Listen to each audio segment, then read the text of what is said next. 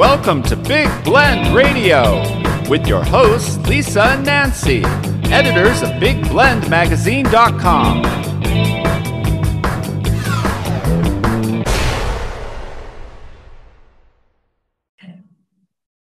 Welcome to Big Blend Radio with Nancy and Lisa. Today is our Toast of the Art Show with artist Victoria Chick. Victoria is a contemporary figurative artist and an early 19th, 20th century print collector. Say that real fast. She is based in Silver City, which is in the southwest corner of New Mexico. And this is really a growing art community. It's pretty amazing. A lot of art galleries, and she is working on the development of the Southwest Regional Museum of Art and Art Center. So we always love to catch up with her about this project that's been in the making for a few years now. And she's working with an awesome team of people to make this come to life. So everyone go to Victoria's website. It is victoriachick.com. So welcome back, Victoria. How are you? Thank you, Lisa. I'm just doing great this afternoon and waiting for the rain to come to Silver City. This is cool. So you've had a little bit, right? A little bit of storm action and rain. So we're kind of at the tail end of the monsoon season for Silver City, right? Well, that's what I thought, but it keeps coming in waves. And we did have a lot of rain about a week ago. And in fact, it nearly washed out a bridge on 180. Wow. So that was pretty exciting. They wouldn't let traffic go across it for about a day because they had to do some emergency repair work. So that was very exciting because it cut off a lot of people from coming into town. Wow. That's amazing. That's pretty amazing. I mean, going from the Southwest having a drought, and I know, there's still a drought situation, but it seems like there's been some rain even in California, which is great. But it's good to hear about rain, but hopefully everyone will stay safe while all of that is happening. I'm excited about today's topic, Alice-Standish-Buell, talking about her. We've been talking about women in art over the last few months and, highlighting these different women in art history. And, even trying to Google Alice-Standish-Buell, your website comes up with her information, but there's not a huge amount out there about her. And how do you find these women in art? I mean, you tend to find these women that really do need to have the light shone on them with their, their amazing careers. Well, as you know, I've been collecting prints for a long time through various places. Some of it I get on eBay. Some of it I've collected from going to garage sales. Some very few I've actually gone to galleries to get. But over that course of that time, I've always responded to the image and how it strikes me. And so I when I first started collecting, I knew nothing about most of these artists whose work I had. And when I retired, I started really investigating their lives and what other things they did. And so it's been a learning experience, and it's been not always easy to find information. So I have had to dig, and I've enjoyed that because art history is one of my loves. But and when you're trying to find information, sometimes it's very sketchy, and that was the case with Alice-Standish-Buell. In fact, one of the sites I visited listed her teacher, Martin Lewis, and so I looked him up, and there was like scads of information about Martin Lewis compared to poor Alice-Standish-Buell. But it all fits together. It's good to find out who their connections were, and then sometimes who they taught, and their lives are really, to me, are very interesting.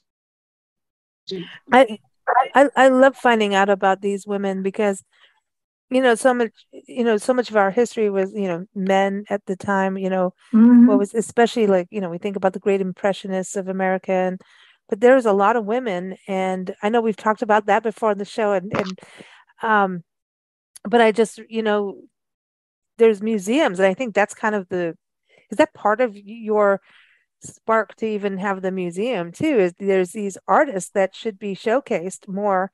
I know you can find Alice-Standish-Buell is in some museums in the country, but it's really important that we don't lose sight of their art. Obviously, if you own a piece, you're not going to lose sight of her. But sometimes you forget the story behind the artist. You're looking at the art, but who created it, And I think that's where museums do a good job. So is that part of it for you with the museum, is not just the art, but sharing the story of the artist? Well, definitely. One of the things museums do so well is they are educational. And when they they mount an exhibition, there's a narrative that goes with it that tells you more in depth, or maybe even something you didn't know at all about the artist that you're looking at. So that's important, and that's something that museums in general do. I'm personally interested in it because I want my collection, and I know other people who've given their collections to Southwest Regional Museum of Art and Art Center are interested in leaving it for posterity. It's not that we're getting a lot of credit for this or anything like that, but we've amassed collections that mean something to us as a body of work. And so it's good to have the knowledge that it's going to be in a museum, and a curator is going to use it to educate people and to mount an exhibition that people will really enjoy. I think it's really important because, now with computers, and we're generating computer art, and I'm not saying there's anything wrong with that. There's still artistic abilities that have to be there in order to create something artistic on a computer. But there's a big change from what was and what is now. And I think the more that we can save of what was highlights what is now, like the difference and why the difference is there. I mean, it is part of history. So I think it's really important that these pieces of art are protected and saved, which is why we have museums. I mean, right. Otherwise, we wouldn't know anything about our past, actually. That's we true. have our own family, maybe, and sometimes not even that. Yeah, exhibition is important, but behind that is preservation, and we do want to store these things when they're not on an exhibit, and an actual exhibit. We want to keep them safe, and we want to preserve them. So that is the other large definition, really, of what a museum does. And going to Alice-Standish-Buell, that's a name, Standish.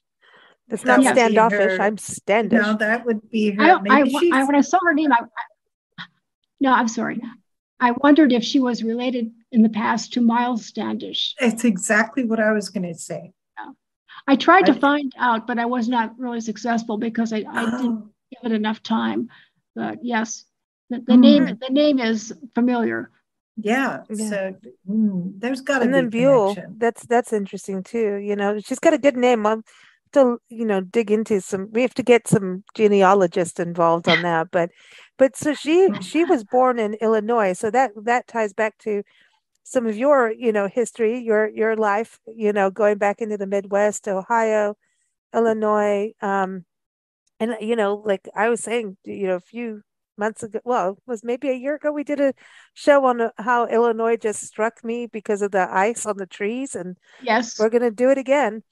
Yeah. And the fall, there's something about these places that I was scared about, and now I'm like, what, I'm kind of it's the Four Seasons. I don't know what it's inching up on me, Victoria, to delve into these climates, but I am really fascinated about the art that comes out of the Midwest, and then and they all end up in New Mexico with you, but because of the light. But there's just a fascination to me, and I wonder about that. These artists coming out of just like what happened? Why? Like what happened in the Midwest that made all these artists Well, but you know what I mean, right? There seems to be a thing. I do. Yeah. I think the Midwest is discounted unfairly many times by coastal people. But anyway, Yes. Mm. there's a I think from my experience, I've seen small towns in the Midwest. Their whole community can be interested in art. Not that they're all doing it, but they're all supporting it, which is really important. Yeah. It may possibly be because there's not that much other diversion, but I know in small towns, the people that live in small towns or areas around small towns, particularly where there's a college in the small town, those people their homes are full of art, visual art. Yeah. And I always find that's interesting. They set aside money to buy pictures or buy sculpture or buy pottery. So I find that wonderful and encouraging. A lot of people get their start in the Midwest. You're sort of driven because if you want to be a success on a certain level, you're sort of forced to go to a larger metropolitan area. And New York is certainly one of those. LA is one. Chicago is one. And when you mentioned Midwest, it made me think about Oak Park, which is where Alice-Standish-Buell was born. And Oak Park figures as a town, figures in the biographies of many artists. I find that interesting. But Frank Lloyd Wright did work in Oak Park, for instance. That's right. That's right. Yeah. So it's I don't say we're a hotbed in the Midwest, but I think we're definitely an incubation area of fine art. It's interesting because she went from Oak Park, and then she went to Oberlin College in Ohio. But on your website, on your article about her, you said that she's not even listed in the alumni. So I wonder if she left at a certain point. I believe she probably did. It's not unusual for people to start out in the college and not stay. But she went to New York, and she went to the Art Students League, which was like the thing to do at the time. In the early part of the 20th century, that was one of the places where you could go, and your teachers were already famous artists. It was difficult to show your work, like before the 1950s, I would say, because there were not very many art galleries. So when you look at a biography of somebody from that era, you'll see that when they wanted to get recognized, they would try to be get their work into an exposition like the Century of Progress exhibition that was in Chicago. That would have been a big one for her. That was in the 30s. And that when you had your work in an exhibition like that, people from all over the world would see it. So the World Fair? The World Fair. Yeah. I mean, we should do a show on the World Fair one day. So that's what she did. But also in New York, she teamed up with a guy who was about 10 years older than her, who had come from Australia, who taught her to do etching.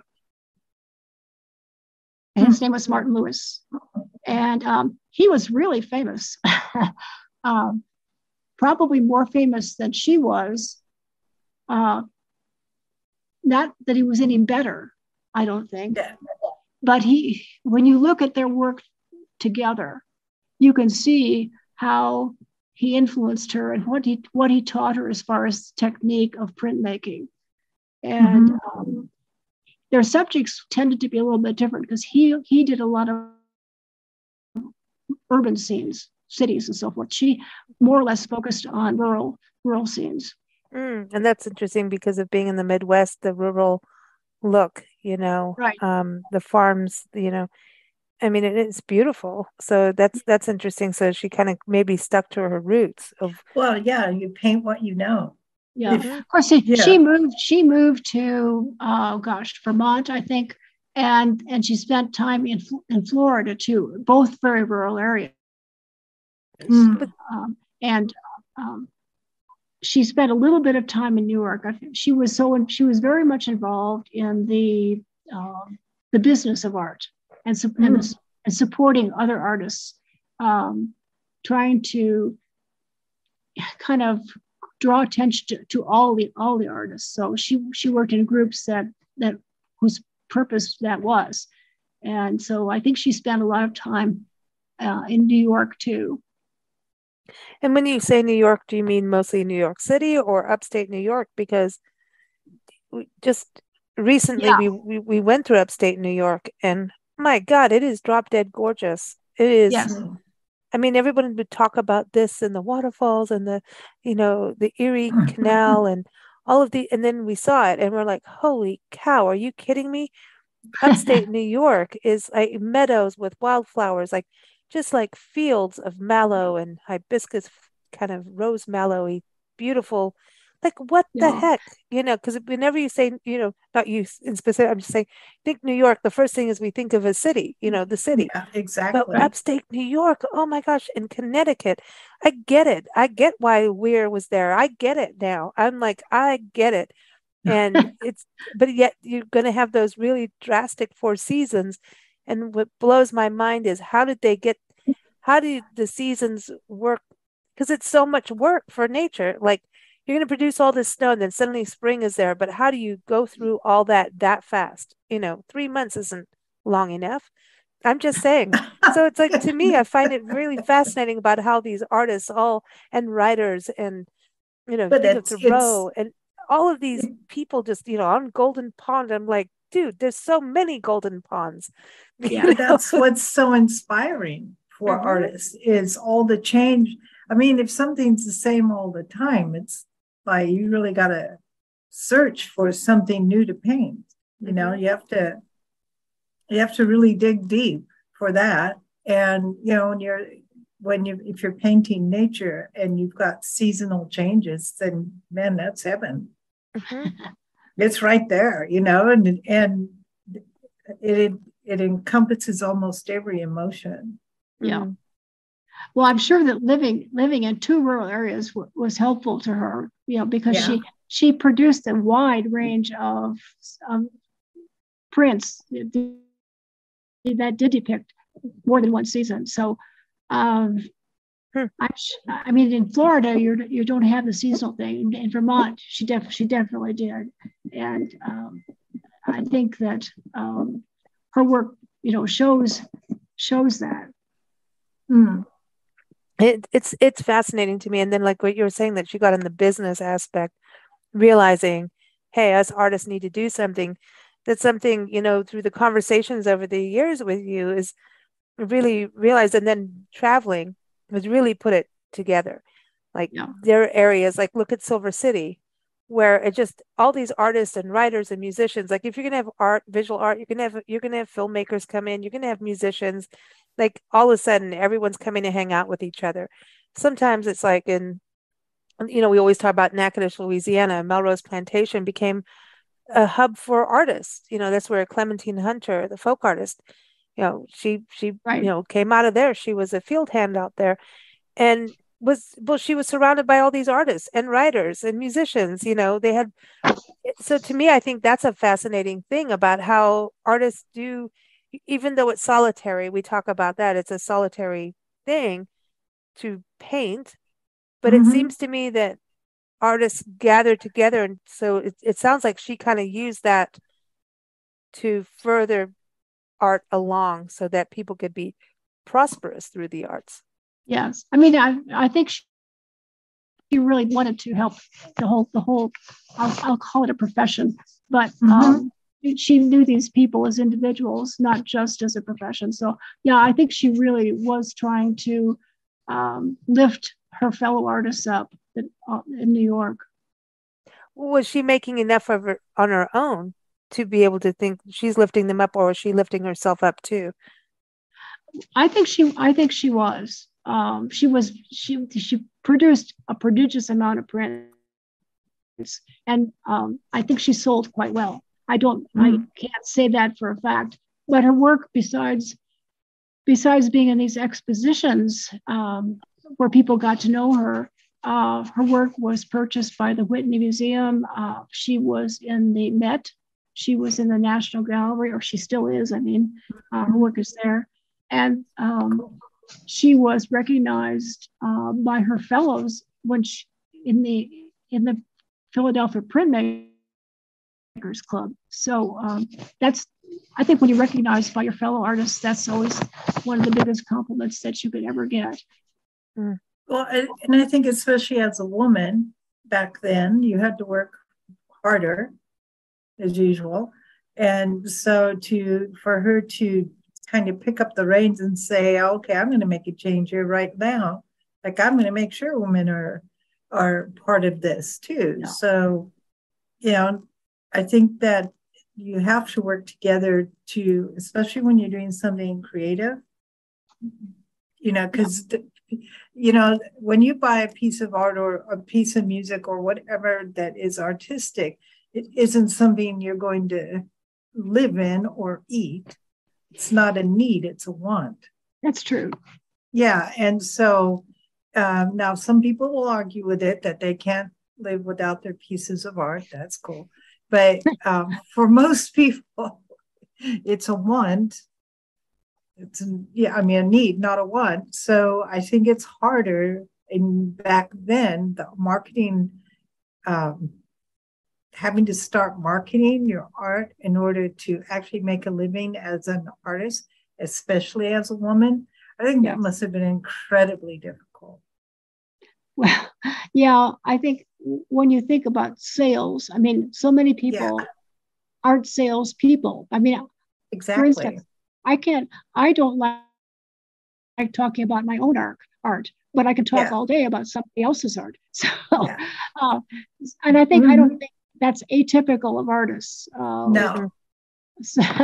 So, because artists, generally speaking, aren't performers, and they're generally working in sort of solitary and doing a lot of thinking, which isn't very dynamic to watch somebody think, but there's a lot of thinking that goes into your project or your creation before you ever grab the clay or pick up a brush. So, well, I'm not sure where I was going with that, but anyway, it's difficult. And then then you go and put it on display and listen to everybody's critique of it. Well, everybody has an opinion. Yes, that's for sure. There's a saying about that. That's a good thing. But one of the things that strikes me when I look at her list of, I don't say accomplishments because these were chosen by somebody else about her, but she has work in the Library of Congress, yes, and her work is in the collection of the Art Students League, which is good. But I think that the one that strikes me is that the National Museum for Women in the Arts want her to be represented in their collection. And I find that that's cool. A strong reason to think that she not only was a good artist, but that she was working for artists. And they obviously thought she was, because of her sex and so forth, they see her as a representative of women in arts. Well, and I love this. It's her dedication to it. That she wasn't just, I'll paint on my time off. But her time frame, you've got to think that her time is, you've got to think, World War II. Think about it, right? Yeah. What she was living through. I mean, she was born in 1892, died in 64, was it? 62. 62. Oh, yeah. Okay. Anyway, so, well, she obviously was, in her prime in the 30s, 40s. And you've got to think about the world wars. She went through that. She was producing into the 50s. At least I know the 20s to the 50s were when she was most productive. And you got to think what was going on in the world. I mean, right now we're looking at that with the Queen, right, having just passed, and we're looking at her legacy and whether or not you like the royal family thing or not, or those kind of monarchy kind of rules. That's a system, right? So we can either like the system or not. But Queen Elizabeth II, uh, she did a lot. I mean, she rode motorcycles. Yes. She was served in World War II. She did a lot. I mean, as a woman, you've got to look at her and go, she was impressive, and she ruled for a very long time. And when you Longer look than at anybody else. right, and you've got to think about these women that were productive outside of, you know, hey, you're the housewife and you will make me dinner by 9 o'clock or 7 o'clock or what, because if you think about those eras, right, where women were not necessarily viewed as being profitable in things, you know what I mean? It was just that era. Yeah, but at the same time, we had, pioneers like Amelia Earhart. And so we had a lot of women who kicked ass. But at the same time, the I'm trying to global and picture. I'm trying to picture Elizabeth national, kicking ass, but yeah, Yeah. but you know what I mean? The global yes, and national way women were supposed to be was not what was going on. And the arts have always right. been the prod. The arts have always gone, no, we need to do it this way, or, screw you on this. And so women in the arts, that's a huge deal. I mean, and still is to this day about that freedom that art has about, Right. all kinds of things. It's solitary, but it's inclusive. Like, Yeah. Yeah. which Yeah. is And really, it that's a tightrope. and it throws the system overboard. See, that's the thing. Other artists, male artists, have always been supportive of female artists. I mean, barring certain personality disorders that right. people have. Yes. But in general, however, it's the outside the artist. I'll say community, because they did support each other. They did encourage each other because good art is good art, and they recognized it. But sometimes outside that, you're dependent on art hangers-on, like you're dependent on museum curators, or you're dependent on somebody who's a museum or an art writer, or you're dependent on somebody else. And that's where I think the recognition for women in the arts has always been spotty. In the United States, we'll just leave it to the United States right now. Okay.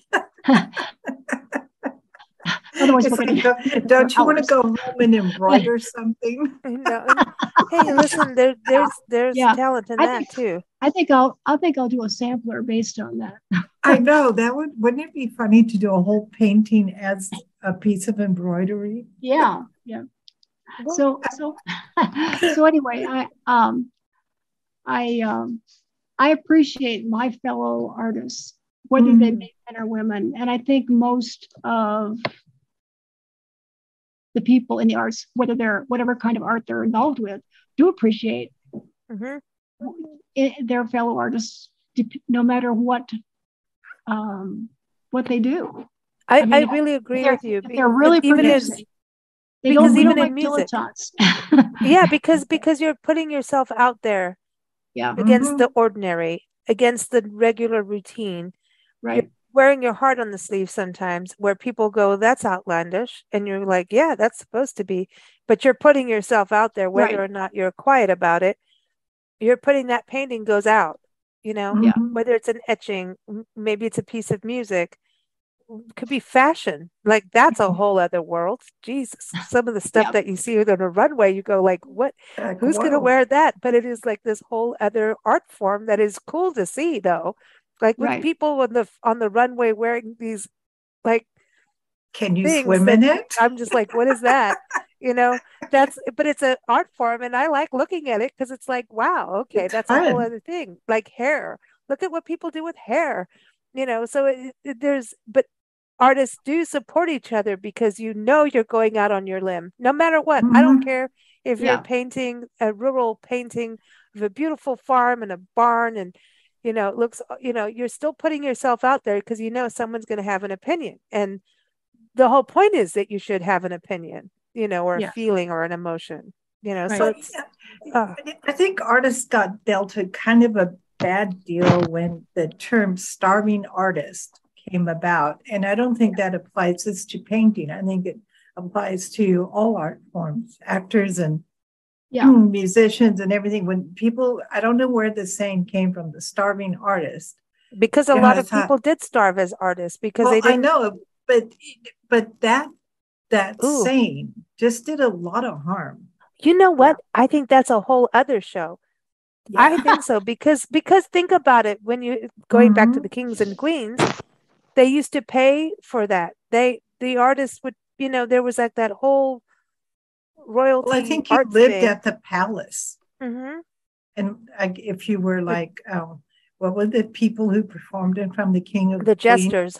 Yeah, the jesters. Yes, court jesters. But so you would have a patron of the arts, which but are you free to do what you really want? What if you wanted to paint something that showed the king on the toilet or something? I really think you wouldn't do that. You'd be beheaded. See, but then you're not freedom of art. Sorry, Victoria. Well, we always go down the toilet. I'm sorry. Is that really art? That you're bringing up some interesting thoughts here. It's causing my mind just to nearly short out. Yeah, because I just saw a documentary about Turner, the watercolorist J.M.W. Turner, who was a British watercolorist, who was and I was only familiar with his really creative stuff, where he was, painting the London like it was in a fog, and he did these beautiful colors in it and everything, the loose brushwork, and he was painting it really as he saw it. But prior to that, he had done conventional seascapes with boats and real tight detail and so forth. Well, he had an exhibition of his new work, and it was hyped up because everybody liked his old work, and so they wanted to see what was new.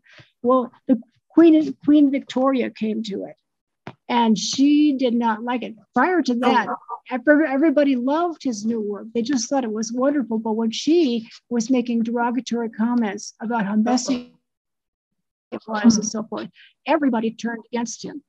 And I say everybody's too general a term, but all the critics, all the people who were sycophants to the Queen, the minor royalty and so forth, they all turned against him. And so he actually died in poverty. Mm-hmm. So, but it's, I mean, and it's funny.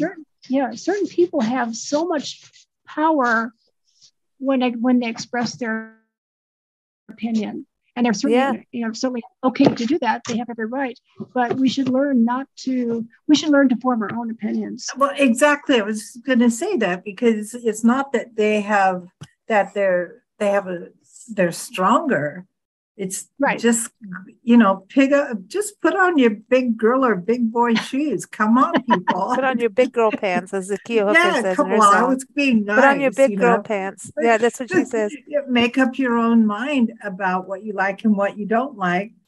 And then once you decide, I like this and I don't like that, just strive to educate, and then you'll find yourself morphing into something else and seeing appreciation in other things you thought you didn't like. But this is about influence, right? And art and the society, the social butterflies and those. That's a whole other thing. I can't say that Queen Elizabeth was trying to influence everybody else, but she did. It couldn't be helped just because of who she was. And because so many other people, I just really hate that word, influencers. But I hate the way it's even used now we're today. dealing the influencers. Yeah. No, stop it. Well, see, but we're dealing with that, and it's always been that way. It's like stop it. It's it is a very interesting thing in the art world. Is like, if so and so I'm likes an your music, then influencer. everybody needs to go and like that music.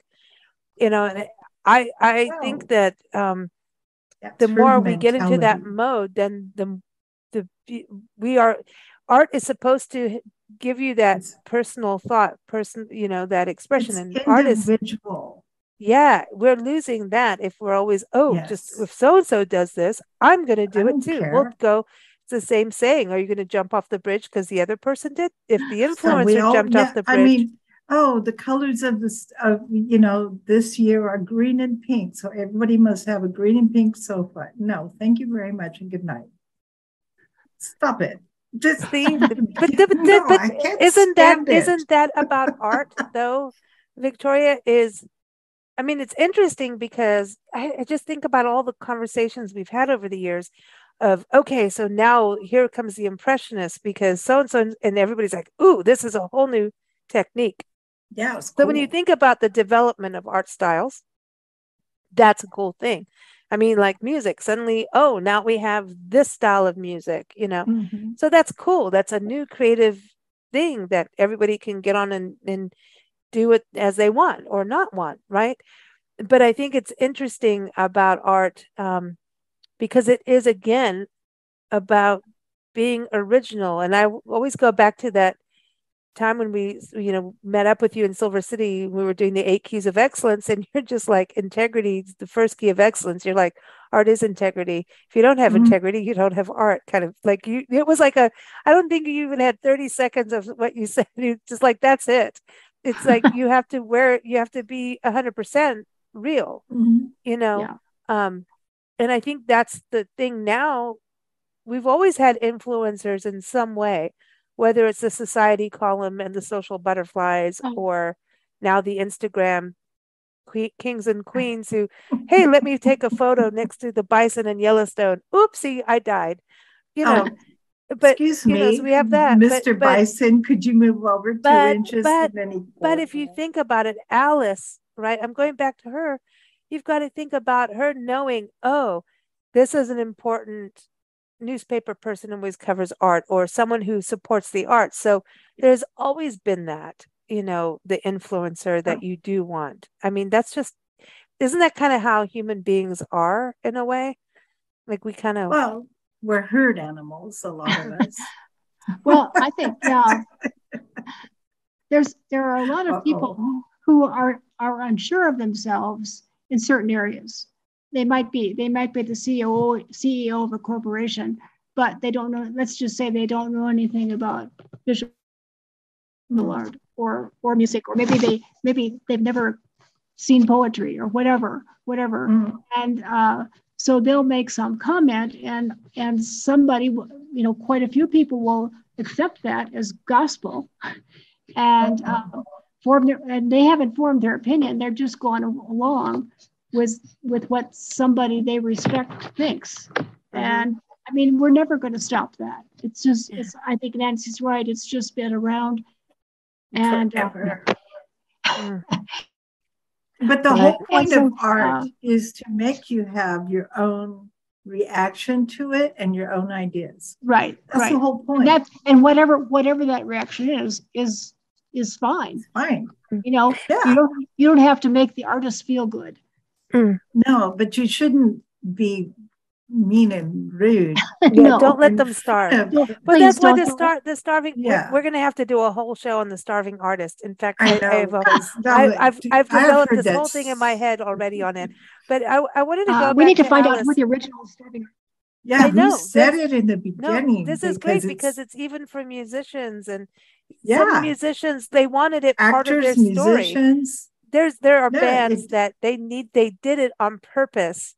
They didn't go home to mama and, they did it. Like I know musicians that basically use the light bulb to heat their canned soup kind of thing. That's not really possible, is it? But they did. I have no idea. They want that story too. So there's so many avenues. We'll have to do another show on that because that is just too delicious. Not the soup. Not the cold soup in a can, but because that's just not but we have to do a thing on that. But I want to go back to her was she married? Do you have any, like, gossip about her? Like, was Alice married? Did she have Nice. kids? Because no, I mean this in a way because it's interesting, just to know who she Yeah. was on that side. Because it seems like she was kind of quiet. And I did look. I did research a number of places, and I could find no record of her having married. I don't know if her last name was Standish or it was her middle name, and Buell was her family name. So yeah, because there were many Buells that came over on the Mayflower along with the Standishes. So wow. and they settled in the same area. I would think Standish would be her mother's last name, and Buell would be her father's. We don't know. I'm sorry, Lisa. But I want to know. I'm being like a baby now. I want to know.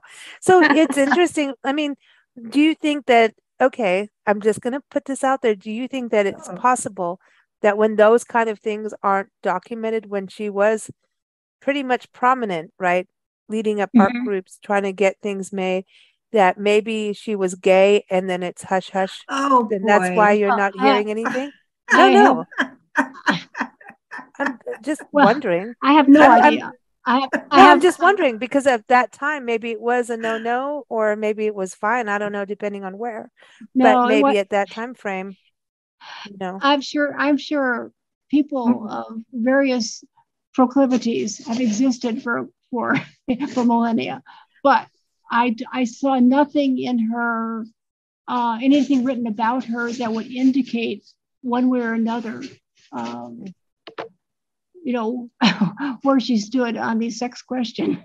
Maybe she's just like me, who just doesn't care. It just said, screw it, I'm doing my art and I don't care about any of that stuff. You know what I mean? And her artwork didn't reflect anything other than landscape that would. So if you just Google her name, it comes up.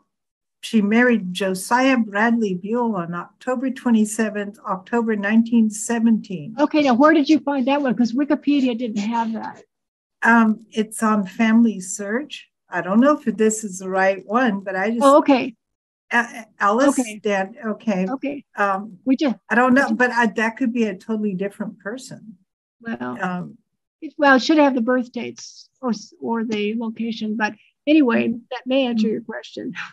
Yeah. Oh, so I'm just asking because when you don't find any of like that kind of thing, you wonder if they hit it. You know what I mean? That's because of the way the world is, So I'm just, wondering about that. But I don't think it's the same person. Oh, so there you go. No. But I'm going to ask Lynn, our English correspondent, about the last name Standish and Buell and see what he can dig up too, because he might have some history on his side, because that does sound like a British kind of name to me. Yeah, they were British. Yeah, they came over. They were Mayflower arrivals. Oh, I'll ask him, because he may know stuff that we don't know, because he often knows stuff that Nancy and I don't know. That's his specialty. Like most people know way more, so that's cool. But I'll ask him about that and see what we can do. But I want to do something on starving artists. Where did that whole thing start? And I think it'd be great, and because it's fascinating. It's definitely fascinating. But I'm glad you always bring up these artists and women. Everyone, stay tuned for our upcoming Celebrate the Arts magazine, where you'll see all of these interviews we've done over the last year with Victoria about these women in the arts. We're very excited about it. So stay tuned. If you go to blendradioandtv.com, you can sign up for our newsletter there and get our weekly magazines, because we're weekly now. Isn't that exciting? Yes. It is exciting. It is exciting. Yes. We're weekly with a different magazine and a themed issue every single week. So maybe we should name the magazine The Starving Artist. I know. It'd be cool.